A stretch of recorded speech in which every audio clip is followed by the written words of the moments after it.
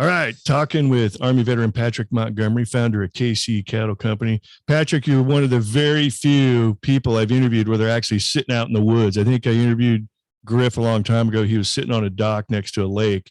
I don't know if I've interviewed a guy sitting in the woods, which awesome background. That's all real if you're watching this on the YouTube channel. Um, Real woods up in northwest of Kansas City, there on the Missouri side, and really looking forward to hearing about what you're doing with KC Cattle Company. But before we do that, I want to hear what you did in the Army. Sure. I appreciate you having me on, Joe.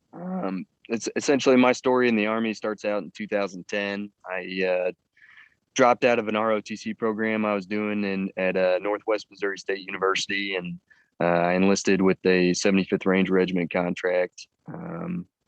And I did that and reported to 1st Ranger Battalion in March of 2011, and we ripped out on our first deployment about a month later. Pretty busy time in Afghanistan, so we were doing quite a bit over there.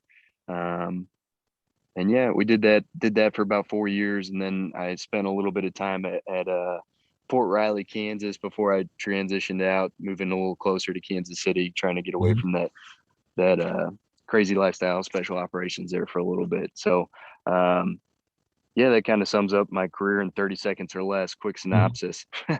Awesome. So as you transitioned out, did you know exactly what you wanted to do? To talk about the good, the bad, the ugly with transition.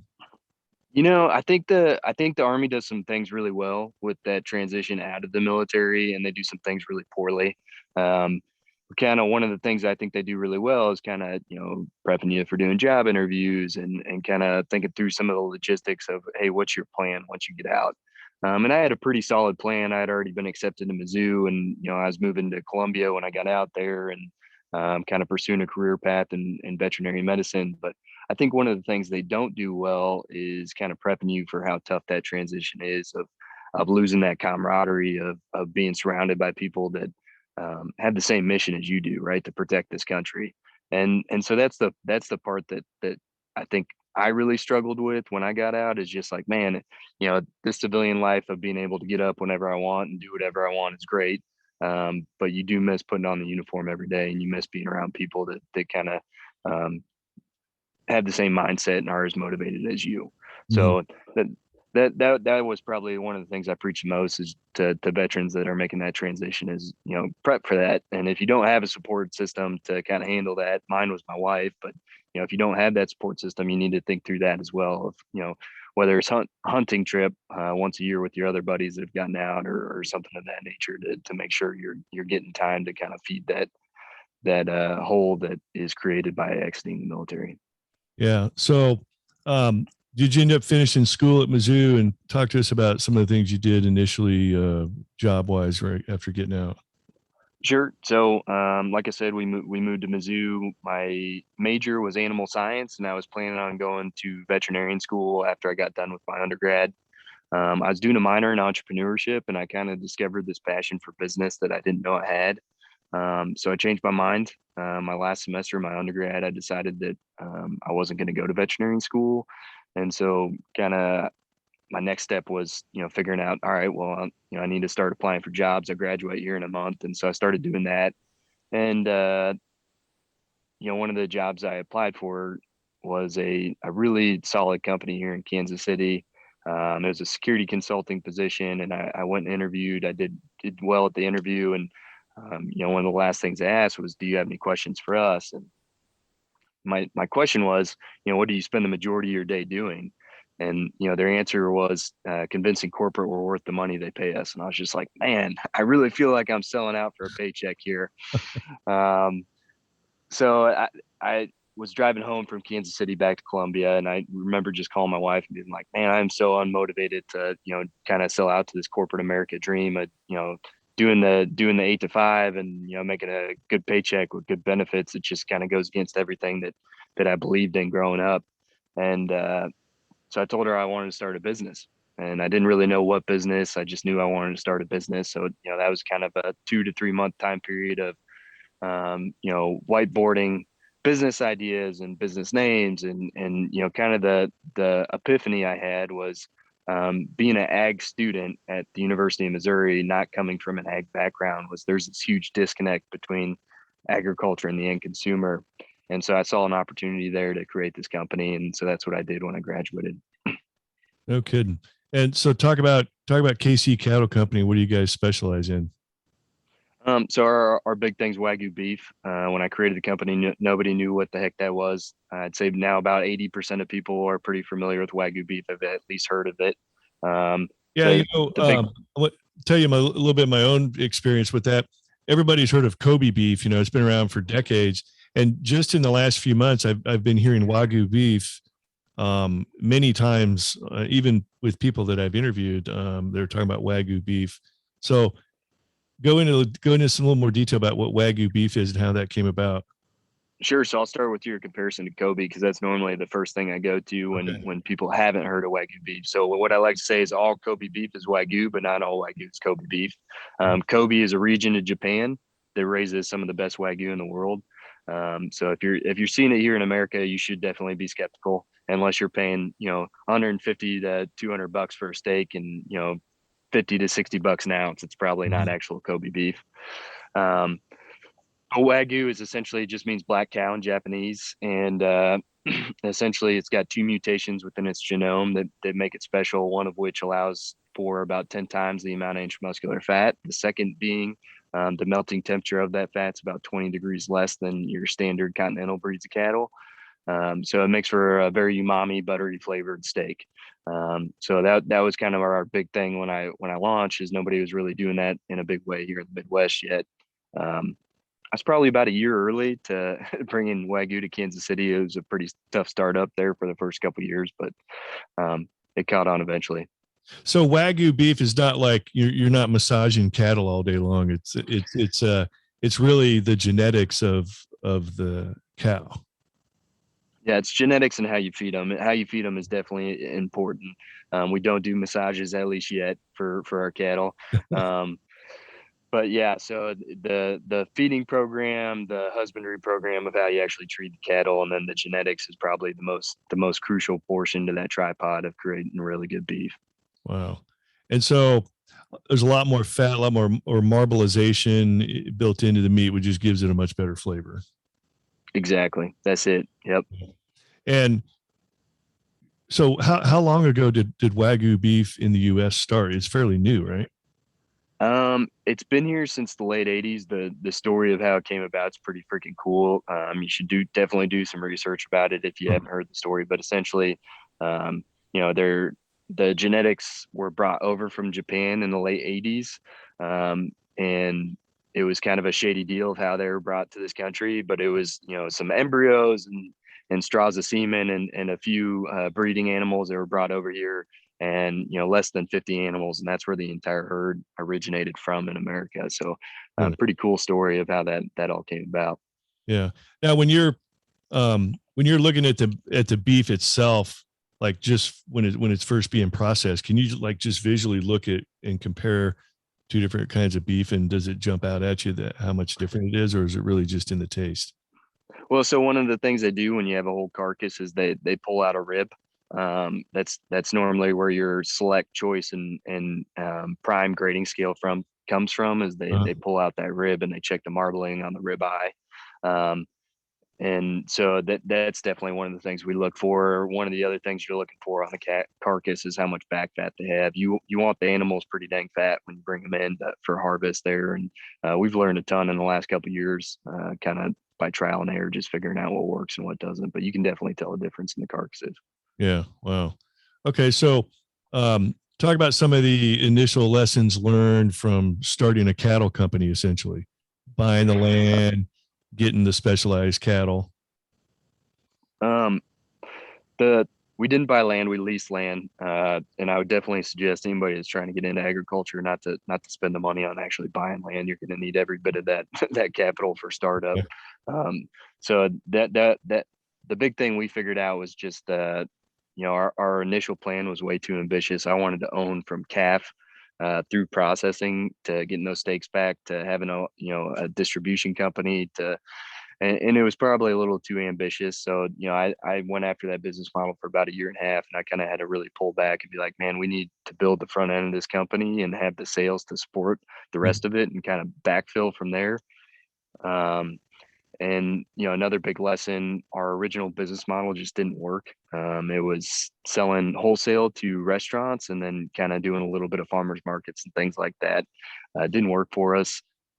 We kind of changed that business model in 2018 to only focus on direct to consumer, and that adaptability was key. It definitely saved this company and kind of found a niche market that wasn't being filled. So that was kind of where we found our footing in 2018, beginning of 2019 there. Mm-hmm. So you basically had a corporate job interview and just said, you know what, I'm going to start my own business. And then you searched for a few months, you came up with this idea. Like, how did you start? Having never run a business before yourself, how did you start, and how did you just jump in, and what resources did you use? And, what recommendations do you have to other veterans out there that are thinking about starting their own business? A couple things I did right off the bat was I went and sought out mentors. So, I was like, man, who do I know in my own network that is a successful business owner? Mm-hmm. And a lot of those weren't veterans, but they were people that did really well in their respective industries. So I went and sought them out, and I was like, here's my plan. I really have no idea what I'm doing. I don't even know what profit means. I don't know what revenue means. What do all these things mean? Right. And, I was very transparent with the fact I had no idea what the heck I was doing. And, they believed in me enough to kind of give me the time of day to teach me and, be like, all right, here's the business plan we need to put together. Here's a template for what that looks like. Here's some free resources you need to check out. And then I was doing a ton of research on my own. I went to our VA resource center there in Columbia, and, I knew about the, man, I'm drawing a blank on the name. The small business, was it the acronym for it? SBA. Well, they have the veteran specific one. There's a veteran specific resource there for people Yes. that VA BC or something like that. Yeah, I know what you're talking about. So the SBA has a specific section or department for veteran businesses. And exactly. Yeah, I'll think about it in a second. So I went and reached out to them, and I did some free classes and things of that nature of just how to put together a business plan and how to pitch it to a bank and Boots all to these business? certain things. Was it Boots to Business? Yeah, Boots to Business. Yeah. That's the program I did. I forget what the name of the freaking acronym is. Of course, there's so many acronyms in the government, as we all well know. But right. So I did that, and the banks wouldn't really give me the time of day. I think one of the big issues we have in this country is there's plenty of free advice out there for people who want to start business. There's just not enough capital out there for folks that want to start one. So I was fortunate enough to have a friend who was running a nonprofit down in Georgia that helped the men of 1st Ranger Battalion there, who was willing to kind of give us our seed investment. So we did that, and that was enough money to kind of just really get a proof of concept. Which took us every bit of the first full 2 years there. Like I said, the first year it was a failing business, and then the second year we really didn't find success until we had that hot dog article in 2019 there. So yeah, but really the free advice, going out and seeking people that are successful in their respective industries. They like to talk about how they did what they did. It's kind of a reward for them to go back and help the little guys that are where they were 25 years ago. So I definitely suggest that. Yeah. So many interviews ago, one of the guests said that there's an old adage that says if you ask for money, you'll get advice, and if you ask for advice, you'll get money. That's a very good adage. Yeah, if you come in asking for money, they're not just going to give you advice. But if you ask for advice, totally innocent, you're not looking for money, that's typically sometimes where the money will come from. No, you're spot on there. Even the initial seed investment, it wasn't me asking for it. It was me complaining about, I'm trying to get loans from the USDA and the freaking SBA. And it's like, man, there's just nobody out there that's willing to take a bet on you. And they're like, well, you just offered. And I was like, well, that's perfect. Let's do that. So it holds true. Definitely holds true. Yep. That's awesome. Definitely. Now you mentioned hot dogs. I was reading some of your information. You said you guys have like the best hot dogs. Like when you started this this cattle company basically for beef. Did you ever imagine that one of your first big public success stories would be hot dogs? No, I definitely did not. The reason that came about was one of the issues we were running into that the first year of sales there was, our steaks were flying off the shelf, but and our ground beef was selling well, but you just produced so much ground beef compared to steaks that all of our money was getting tied up in the freezer in ground beef. So I was like, man, how are we going to fix this? And the hot dog was one of the things we came up with. So we launched that in the spring of 2019. It was hands down one of our worst sellers. And we had an article come out in Food and Wine Digital that basically proclaimed our hot dog was the best in the world. We had no idea it was coming out, and we had 1 million people visit the website in 3 days, and sold 7,500 packs of hot dogs, and it was insane, man. Death by growth is a very real thing, so beware. Yeah, that's awesome. All right, well, hold that thought. We're going to take a quick break. We'll be right back.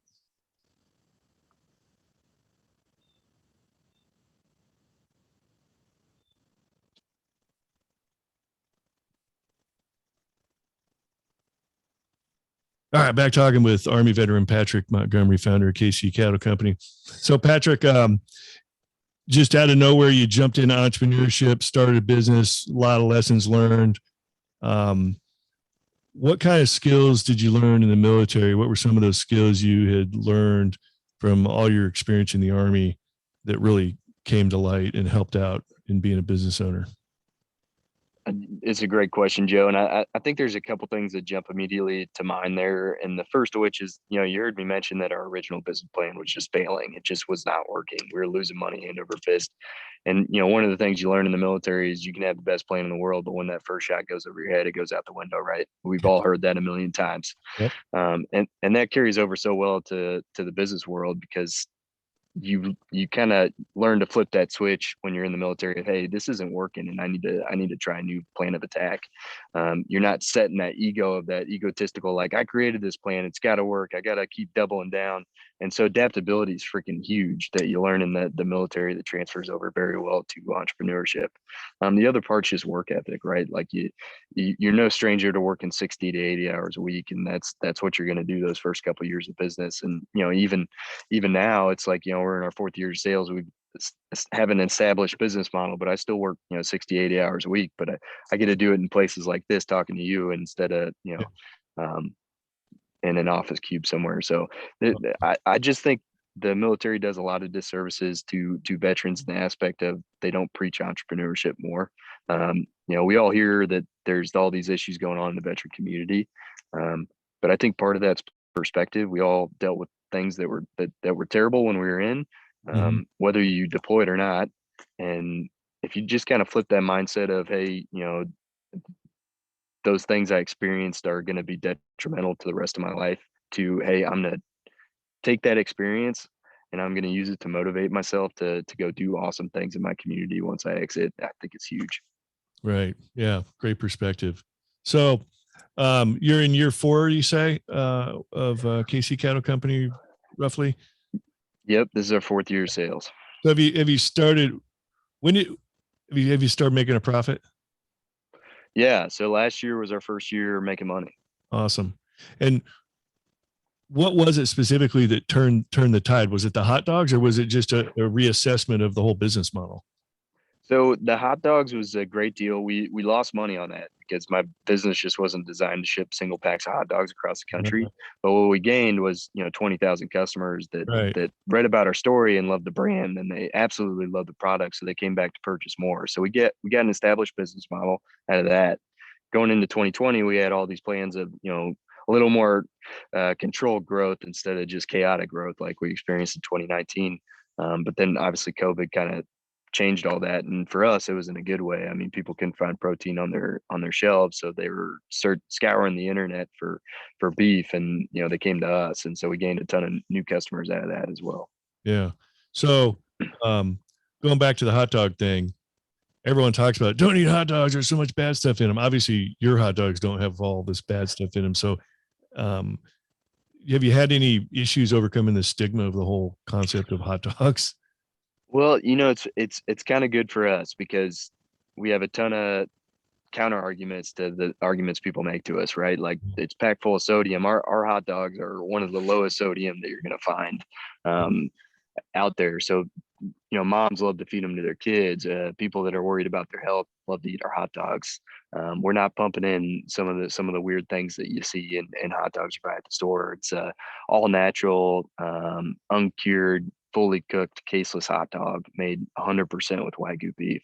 So it kind of sells itself. And once you try the product, people are like, man, it's the best hot dog I've ever had. So you're always going to have that stigma of people that who are health conscious, but I always like to say, what's worse for you, that Diet Coke or a hot dog? And I'm going to argue it's the Diet Coke. So yeah, exactly. And so as far as like the beef prices, hamburger, great steaks, typically I'm assuming you're a little bit higher than a lot of the other beef that's there in the freezer. yeah, so we Wagyu beef across the board is more expensive. That's for twofold, kind of, which we talked about earlier. You feed them for about twice as long, so you're putting more inputs into them, and they're staying alive for another year. So that's one of the reasons. And two, they're a smaller frame cow with a smaller yielded beef that come off of them. So there is definitely a premium for our product. Don't be surprised when you see that. But compared to our competitors, we are quite a bit cheaper per pound. Yeah, and it's probably not as expensive as, I mean, anytime you go into a Whole Foods or any of the health food stores, everything in is automatically more expensive, whether it really needs to be or not. Yep. So, so talk about some of the other aspects of running a business, and how important your leadership skills from the Army have come into play, and dealing with employees. And I did see something where you're only hiring veterans. You only have veterans working for you. Is that right? Yeah. So we have all veterans working here. There's 7 of us now, and it's a pretty tight knit crew. People always like to say, like, "Oh, that's so cool that you do that," but it's a huge benefit for the company because we all have the same work ethic, and we're pretty picky about the veterans we do bring on here, but we all have the same mentality. We all have the same goal, and I also think that's one of the things the military teaches you is just taking care of your guys. That's what good leaders do, and gals. And so that's one of the things I brought into the business is, it's not all about me making money. If we have a good year, we give back, and we give back to veteran organizations, and I embrace the suck just alongside everybody else that works here. So it creates a camaraderie, kind of the thing we were talking about that I missed during that transition. We had that here, which is definitely one of the things I miss the most. Yeah. And so where do you see KC Cattle Company in the future? You just continuing to march on down the road and continue the same battle plan, or you got any big surprises in the near future?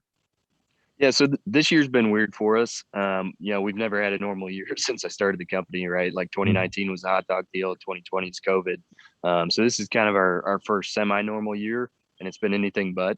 Inflation's definitely hit us on the chin. We've been battling that the entirety of the year, and just trying to figure out how you navigate those waters. And we're rolling into a holiday season that I'm pretty excited about. I think it's going to be a big one for us. For 2021, we're working on building a new fulfillment center down in the city, and then opening a retail space down there. So we're pretty excited about that. And we're thinking about doing a food truck here in Kansas City that are slinging some of our burgers and dogs. So that's kind of another initiative that we're pushing. Yeah, that's awesome. Yeah, because we just moved from Kansas City, so we're down in Florida now, but we'll definitely be coming back to visit friends and family from time to time. So I have to come out and check out the operation sometime.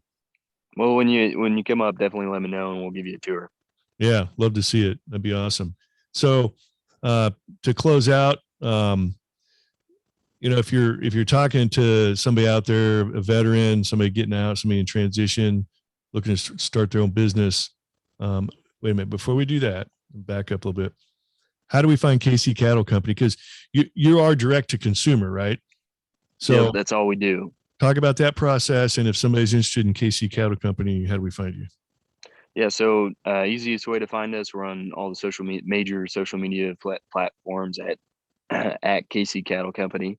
And then if you're looking to order or check out our product or ask us a question, just jump on kccattlecompany.com, and you can find our contact info there to shoot us an email. We love helping veterans that are interested in starting businesses, so don't hesitate to reach out. Awesome. All right. back to the last question. You're talking to somebody that's getting out in transition, looking to get in business for themselves, start their own company. What kind of advice would you have for them? My first one is to whatever that little number is on your business plan of the amount of capital you're going to need to start your company, double it, and you'll probably be a lot closer to the money you're actually going to need to start your business. My second would be is just know that the first 3 years are going to suck, but believe in yourself and believe in what you're doing, and embrace the suck. Right? We're no strangers to adversity, so just kind of embrace that those first couple of years that you're going to struggle to get on your feet, because it's going to happen. And don't lose faith and lose sight, and also definitely don't hesitate to reach out to people for help. Awesome. All right. Great advice, Patrick. Awesome interview. Look forward to KC Cattle Company's future success. And thanks for sharing your entrepreneurial success story. Thanks for having me on, Joe. You bet. All right. These two veterans are Oscar Mike.